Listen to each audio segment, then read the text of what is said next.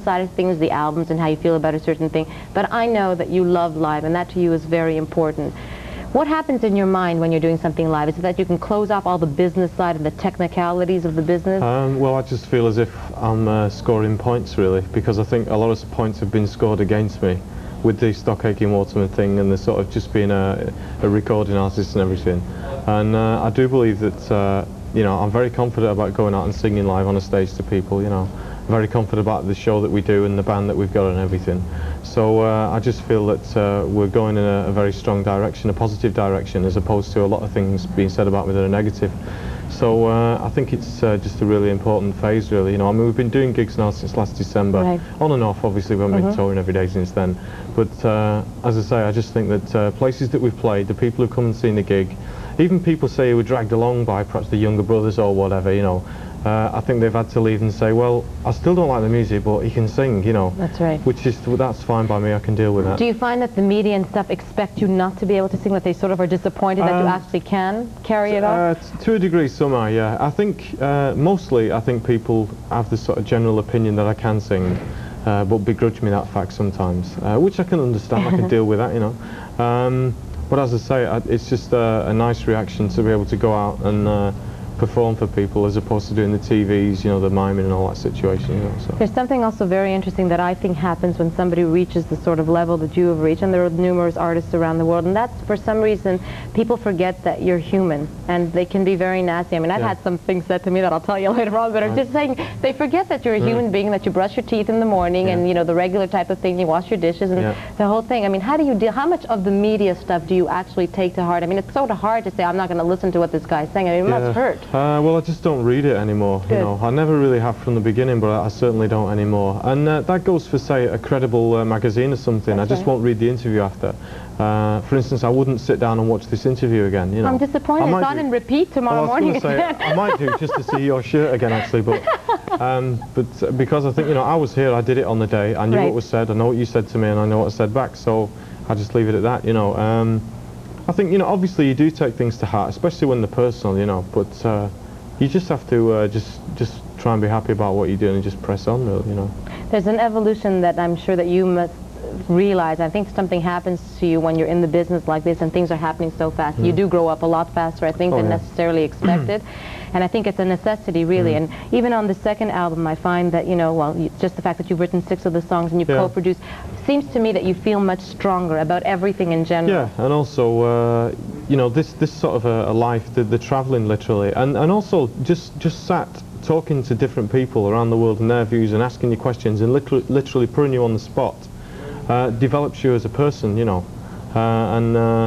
So I think that shows in every aspect, you know, when you go back to doing your writing and things, hopefully that will, you know, come through a little as well. Like I was saying before about the people who have lived life a little more, you know, when you've toured around America a few times, then you might have the right to write a song about, say, New Orleans or something. When you've been there a few times, you know, it sits a little there, you know. Absolutely. So, because you've had a chance to go, you know, around the world a couple of times, we were just saying before, and you've met different types of people, do you find that the audiences differ? Do you feel that it's the same type of people that show up to a Rick Astley show in the States as it would be in Spain, as we were talking about? Or?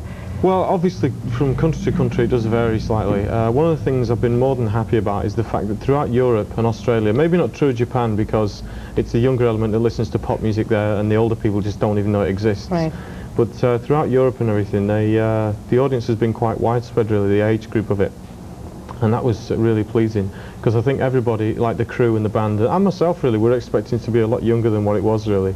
I mean, I don't know whether Bros have happened in Canada, really, but they're really big in Europe and everything. And I went to one of their gigs, you know, check out the competition and all that. And it was just like loads of girls just screaming all the way through. And I thought, if this is going to happen when we, you know, I wasn't going to be happy about it. But so I was really pleased, as I say, that it was a mixed audience. It was mostly young people, obviously, but at the end of the day, I'm not that old myself, you know, so I was very happy about it. So if I were to ask you, okay, Rick, you know, you go ahead, work on your third album and stuff, what comes to mind? What do you want to put across on that third album? More than anything, I think I'd like to get the musical side of it to a more musical sort of standpoint, really, which may sound a little funny to people, in the sense that the last 2 albums, have been produced in a very sort of keyboard orientated way, you know, drum machine samples, all that kind of thing. And I think my voice, as you said before, and I thank you for it, that my voice can suit other things. Absolutely. And I've made a little bit of a name for myself now. I've got my foot in the door, so hopefully we can go and try a few different things. You know, I mean, there's a lot of very talented people out there, and I want to go and work with them, you know. So. Well, you've co-produced some of the stuff on your album. Yeah. Is there anybody that you would love to produce?